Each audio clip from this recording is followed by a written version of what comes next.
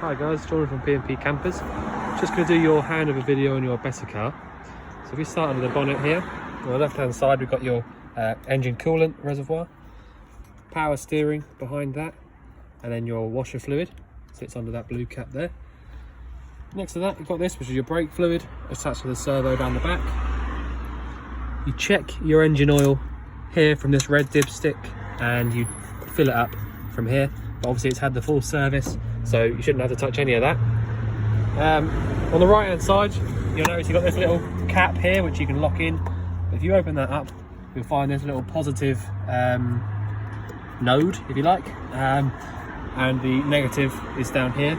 So these are your positive and negative for your engine battery, which sits under the floor in the cab. It doesn't sit under the bonnet at all. So if you need a jump start, then it's positive there, negative there. So close that up. So we go onto the driver's side now, the off side. Show you a couple of bits in the cab. So you've got your hazard warning lights here, lock and unlock from inside the cab, which is nice. The 6-speed manual gearbox, proper single din head unit up there. Indicators and lights are on the left hand side stalk, and your washers and washer fluid are on the right. And you have also got this, which is cruise control, so bear that in mind. We've got a couple of cigarette lighters and 12-volt sockets there. Well, that's about it from there. Careful when you jump out of here because the handbrake's on the right hand side, so yeah, careful when you're hopping out of there. And I'll just show you on the other side, just in case I forget. The actual bonnet release handle is on the passenger side, inside the door here. So if you just pull that down, that'll release your bonnet.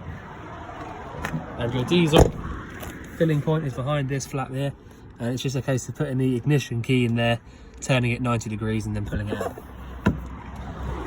So if we do just start on the driver's side, so the off side, first thing you come across is your fresh water cap here. So I've got it unlocked at the moment. I have lubricated this as part of the hab check as well, so it'll go in and out nicely. So if you don't put it back in, put it up there, you know, push it up to it. So there it's not in, all right? So you need to turn it until it goes in, like that. And then turn it around to the right until it won't go anymore. And once you've done that, key in, turn it at 90 degrees, and then you will not be able to take that out. Okay, locked up. I don't know why I closed this, because I've got to use two hands to unlock. This is your gas locker. You need to push both of these in. I'll just do that. And then once you've done that, you'll see in here, I've had to do a few bits in here. So this is a new bottle, new pigtail hose, and I also had to sort of take this off and lubricate it all up, put it back together. So it's all a bit sort of old and crusty, so that's all nice and new and lubricated as well. Nothing too technical really as part of the regulator. You don't need to worry about any of this. You just leave these exactly where they are at all times. You don't need to do any of that. This is just for pressurizing, which we do on the hab checks. This is a 2021 dated pigtail, so you've got till 2026 to replace that. And when you do need to replace it, by the way, you've got this spanner down here, which is the only one you'll need. So pop that on there and loosen it, which is up this way. So put it on it and then go up that way. Take that off, put it on your new bottle. That's it. So to turn these on, it does say it on the top, and you can actually see the top on this unusually, because normally they're a bit sort of tucked away. But so to actually turn the bottle on, I've got it on at the moment. If you turn it around to the left, anti-clockwise, and just go all the way until you can't go any further. That way, when you come back to it, if you can't remember which way is which, it'll only go one way anyway. So you'll know that round to the right for clockwise is off. So go all the way down. Don't have to be too tight, just hand tight like that. That's enough. And obviously make sure that it's always off when you're driving. So I'll switch that on for now, so I can show you a few bits working on the inside. So next thing along is your hookup point. So if you're on your campsite or at home or wherever, you want to use your 240-volt appliances and sockets. That's where you need to put your hookup cable into. Just give that a little tap like that. So once you open it, I'll give it a little tap. Make sure that it's, you know, nice and locked in, otherwise it will open up when you're driving. Wastewater drain off, so you've got to hold it with your other hand. So hold it here and turn this. I can't do it because I'm holding the camera, but if you do that, once you've used a little bit of hot water down any of your taps, your shower, whatever, this is where your wastewater will come out from, and it does actually come out a little bit as well if you need it. So that's always nice. So pop that away for there. Next one along is your toilet cassette locker, which has got a little lever at the bottom. So you pull that and out. I'll just take that out to show you what's what. On the left hand side here you've got a flush system, so you've not got to worry about any flush above here, no ping fluid or anything like that. This just comes directly from your fresh water tank, which a lot of the newer ones are. This is the main seal to actually open and close it. So on the inside of the van you'll have a flap, and that's what turns this here. Alright, so this has all been lubricated as part of the hab check. When you take these off, in order to empty it out, you need to make sure that you hold this yellow button down whilst you're emptying. It's a pressure release valve. So, put it back in. That's it. Make sure that's over.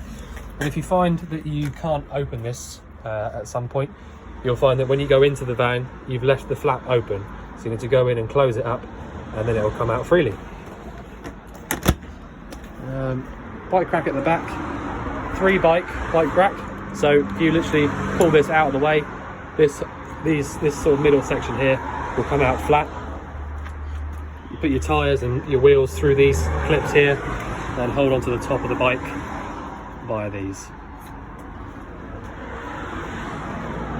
I won't open this one up because I haven't got enough hands, but it's just basically storage for underneath the bed there, and also the boiler is under there as well, and I will just point out to you where the boiler drain is. This is the boiler vent itself, so if you weren't definitely sure that it wasn't, you know, if it was on or off, you can put your hand under here and you'll feel hot air coming out from underneath. Next one along, external aerial point. There.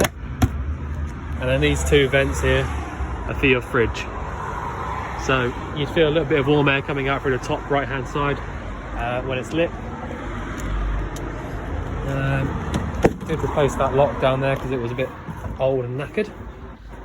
So Dave's fitted up your solar panels, which come down to this little controller down here. So you don't have to do anything with it. You don't need to touch it whatsoever.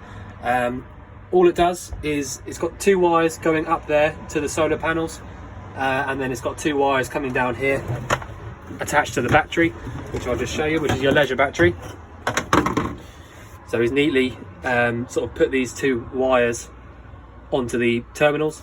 So essentially, you know, as soon as the sun comes out, and a little bit at all times, but mainly when the sun comes out, you'll get power being pumped into the battery.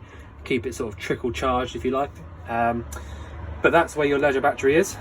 I didn't have any problems at all with it when I was doing the hab check, so it's obviously a nice battery. It's not been, you know, really flat or anything like that, I don't think. But that's how you get to that, and then to put it away, sort of tidy it away, you put these little clips over, and that's nice and secure.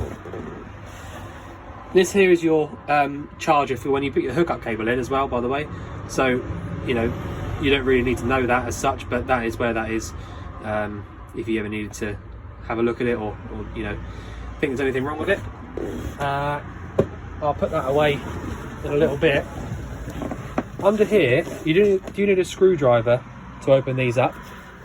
It's the same on all of them, but under there is your fresh water tank.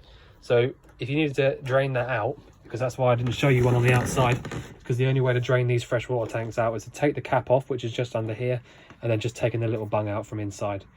And also it allows you to get in there if you needed to fill it up from inside, or if you wanted to clean it out, or you know, anything like that, you can do it from there. So that's useful to know. So actually, if I just close this door now, it's so noisy out on the road. Right, so obviously the van still needs cleaning on the inside, so don't worry about that. Up here we've got the control panel. All right, so if I switch this top left hand button on, which is your pump, it's already to the pressure because I was in here just a minute ago. You don't need to worry about this button here. doesn't really do anything, if I'm honest. I think it's something to do with the fridge, but you know, not necessary. These two buttons down here are important, so you need to make sure that they're on in order to use either of these, which is for your heating and hot water, which I will run you through in just a second. So when you first come into the van, you need to just turn this button on here and make sure that some of the lights and this sort of middle system comes on. And it's the same to turn it off, you just push and hold. When your hookup cable was plugged in, if you press this button, it will switch charging, all right? So it will change charging to your leisure battery to charging to your engine battery. So you don't often need to do that. It's only if you really need to sort of power up your engine battery if it's gone flat, then you can do it that way. But otherwise, it's not really necessary, because you're going to want to charge that battery there in order to use your lights and things like that all weekend or week. So that's just that. That's what that is there. If you push this middle button here, which is the tick, it'll go through and tell you your fresh and your waste levels. So you've got half a tank of fresh water and no waste. Push it again. You got 11.9 volts in your leisure battery and 13 in the engine. Push it again, it tells you how many amps are going into each battery and how much they're using. The rest of the buttons, this one here is probably the most important. That is your lights on and off switch. So if I click that now, see all the lights have come alive. And if I click it again, you'll see they all go off. Okay, so I'll leave that on. You got this button here, which does these lights. The next one up does this light here, but I have written it on the hab sheet, I think, but you've got a couple of buttons in here. So you've got awning light, door light, and so now if I click that button, this one, that light comes on. And the next one up is the awning light, which is that one there. So if I click that again, there you go. So that's the top button there. Okay. Oh, get hold of the door. So yeah, that's just something to bear in mind. They have got a couple of little isolating switches up here, like I showed you. So if you just come in here and make sure that all these are on as well. So if you want to use your satellite, then you got to have that button on the right hand side on. Same with the DVD player and or you know, whatever bits and pieces. I'm not sure if there actually is one. Must have been from a previous owner. But basically they've all been labelled, so you can see which one does which, and see which ones you need to have on and which ones you don't. But you know, for the most part, you can have them off. So that's what your control panel does. There's not really much else to it. If you want to use your water, you need to have the top button on. If you want to use your heating or your hot water, you need to have these two on. It's basically to enable the fans to come on and stuff. The rest of the lights have got their own individual switches, so you can go around and choose which ones you do and you don't like. But yeah, so next we've got the hob and the oven and the grill. So this top left hand one is just electric only, so this will only do something. At the moment I've got no hookup cable in, all right? So if I turn this on, which is that one, it won't do anything, okay? So you need to have a hookup plugged in order to actually get that one to work. The rest of them are just gas. So I've got the gas on at the moment. I can't, you know, like I said, I've only got one hand, but if you see bottom left, oven, grill, bottom right, top right, they've all got their own symbols on them, but they're the same as any other cooker at home or in a motorhome. They've all got an igniter on it, which is for the grill and the oven too, and they've got a thermocouple as well. So if you lit one of these up and somehow they got blown out, it wouldn't allow any excess unburnt gas to come through, only a little bit, and when it realizes there's no burnt gas coming through, it will turn itself off. So they've all been checked as part of the hab check, and they're all working as they should. So you know, like I said, if you want to use your grill, make sure that you've not got this plastic handle in there right above it, but it basically just lights up in there. Make sure that both sides have lit up, so it will light up on this side first, and then it should light up around the back and go across. But just bear that in mind. And so that's your igniter in there. So yeah, and obviously keep this door open if you are using the grill rather than closing it up. The oven, exactly the same. Use the same igniter button, as you can see down there, but it's just the one with the numbers here instead. All right, so that's your sort of cooker. Above that we've got the microwave, which again will only work when you got a hookup cable plugged in. But I have checked it as part of the hab check and it does work as it should. You've got a few sort of different modes and settings you can look at from there. Various sockets and points all around the van, so when you got your hookup cable plugged in you'll be able to use those. I had to tighten up your tap a little bit because it was a bit loose underneath, but that all works as it should. There's no leaks. So first thing you want to do when you come into your van, noisy motorbikes going past, is turn your pump on like I showed you. So the top left button, do that, and then come in here. Make sure that you've got your boiler drain in the down position, which I'll just point out to you now quickly. So it's quite important. So I can't really show you. Under here where I'm pointing, I'm not sure if you can see that, just under here where this little blue bit is there screwed underneath, can't see it on the video, is a little flap, a yellow lever, and if that's in the upright position, then it means that your boiler is just going to let all the water out onto the floor, and if it's laying down like this, like my hand, then it means that your boiler will take any water that you sort of pull through to it. So you need to make sure that it's in the position it's in now, laying down rather than upright. Okay, so once you've done that, so you've turned your pump on and you've made sure that your boiler drain is laying flat like it is now, you can come to your tap, any which one of them, and just basically do this. All right, so pull your cold through, get rid of any air, and then turn it around to the hot, get rid of any air, turn it off, make sure your pump runs off like that. And then if you haven't used the van for a little while, I would suggest to just come in here and do exactly the same thing on the rest of your taps. So cold, hot, same for the shower. I'm not going to do that because I don't want to get soaking wet. And the same for the toilet as well, because that's on the same system. So go through, make sure there's no air in anything. And by the way, the light switch is here for the bathroom. Go through, make sure there's no air in anything, and if you have emptied the boiler out, it will take a few minutes to, draw all the water through to the hot side. You'll just get nothing coming out the tap for a little while, and then as soon as it starts coming back through, then that means you can use your boiler. And definitely don't try using it until you've done that, okay? You do not want to try and light your boiler up when there's no water in it. All right, so that's one thing you definitely need to make sure that you do before coming in here and trying to use any of your heating or hot water. Just make sure that your boiler is full, and that'll make life a lot easier in the long run. So if I just turn some of the lights off now. Right, in order to use any of this, you don't have to have a hookup cable in, and you don't have to have any gas. All right, you can use one or the other or both. I'll just clean the screen a little bit.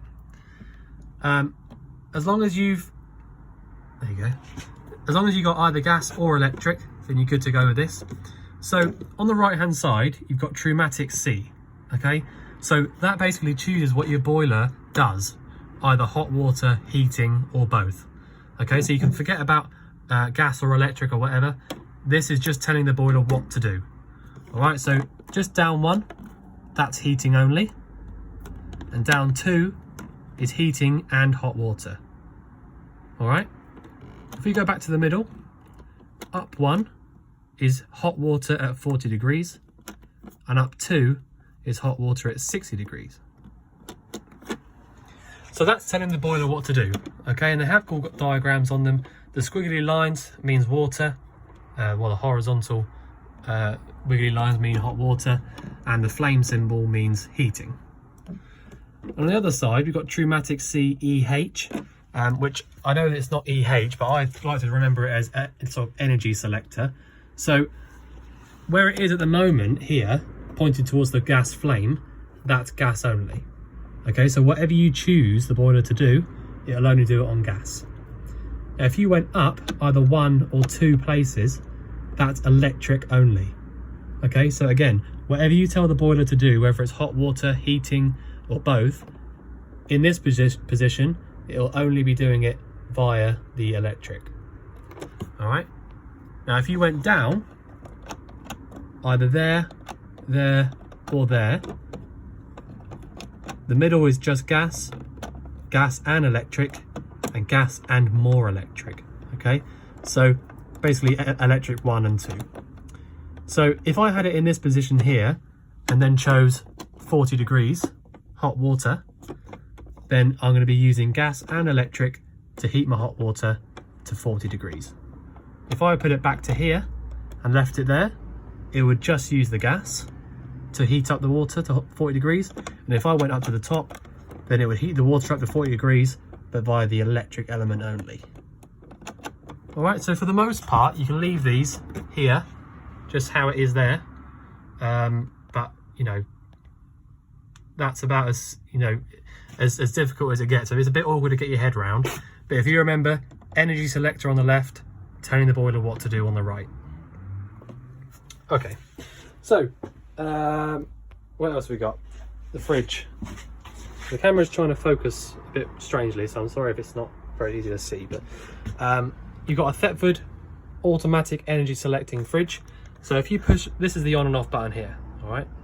Push and hold, you get some lights come on. Now this light here basically means that it's doing its job and it's working. So at the moment it's not going to work on this symbol here because that's 12 volt, and that will only work when your engine's running. Okay, so it comes up saying number 10, that's fault code basically. So that's because the engine's not running. That would work perfectly fine as soon as you start the engine up. But for now, I haven't got a hookup cable in, and I don't have the, but I do have the gas on, sorry. All right, so if I push and hold this button, it's chosen gas.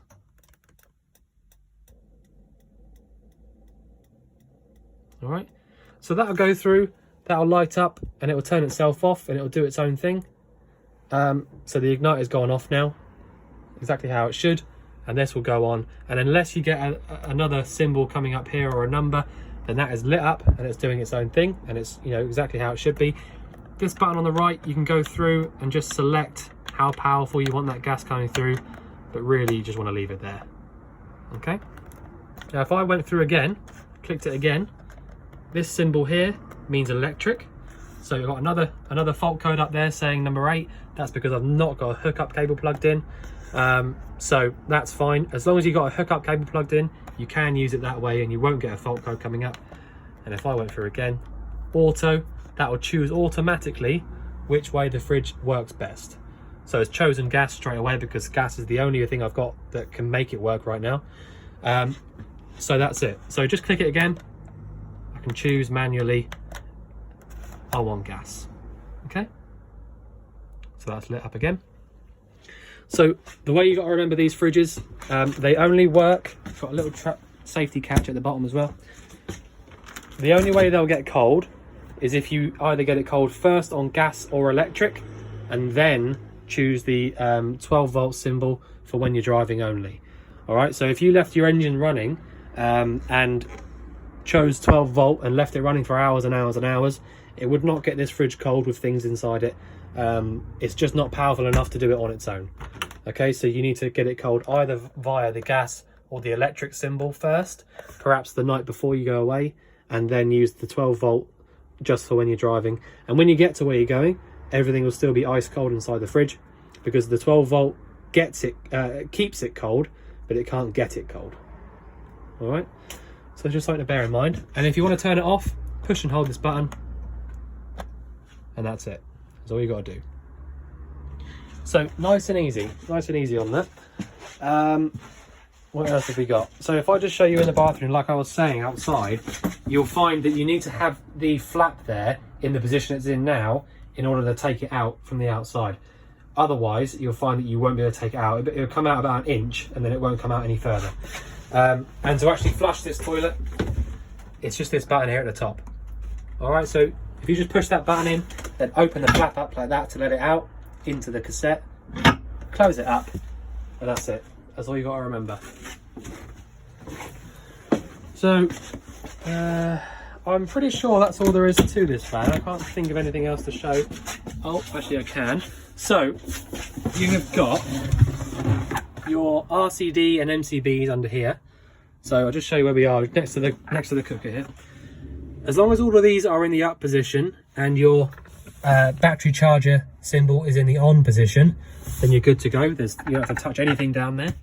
But if you find that you put your hookup cable in and either your battery isn't charging or some of the sockets aren't working or something like that, then just open up this cupboard and have a look at those and make sure they're all in the correct position.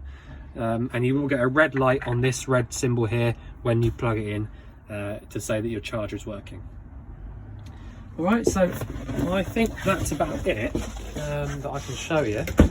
If you do get any more questions or you think I've missed anything out, then just let us know. But otherwise, we look forward to seeing you soon to collect your van. Thanks very much.